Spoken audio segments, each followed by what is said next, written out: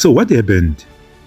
The truth is BEE became a deal between the old white capital and new black elites, leaving out the very people it was meant to empower. As we heard the other night, black economic empowerment wasn't an ANC innovation, but rather the product of an apartheid-era business strategy. Because by the time democracy came, powerful white capital had already decided how to manage black inclusion on their own terms. And it's not speculation, it's actually documented. I found a paper by Professor Grietjie Verhoef that gives us the receipts. And when I spoke about Moletti Mbeki and his first encounters with BEE, it had some credibility to it. And BEE policy didn't happen at a conference. His introduction to BEE happened in 1991 with a conversation with Steph Notling in FD de Klerk's Department of Trade and Industry. He then proceeded to explain to Mbeki that the project, where white-owned companies give shares to black people, is aimed so that black people wouldn't confuse apartheid for capitalism. If I can summarize his definition of black economic empowerment, his definition was that he said that white companies must give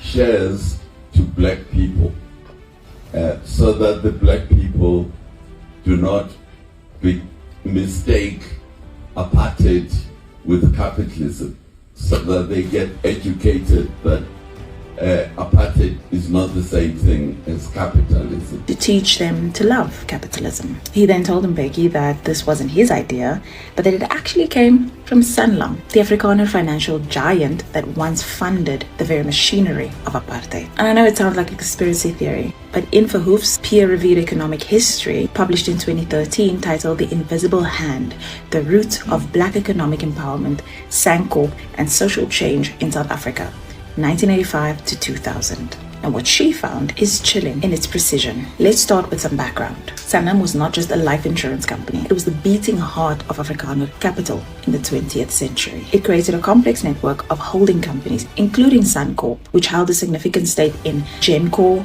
Volkskas, Santam, and Federale Mainbou. Now, these ecosystems of companies became the core of what was known as Afrikaner big business. And in the 1980s, these companies were not just aligned with the apartheid state, they were the state in economic form. Santam's top executives openly supported the National Party and sat on strategic state advisory panels. But then came 1985, Rubicon speech, international sanctions, and a collapse in the rand. Business confidence was gone.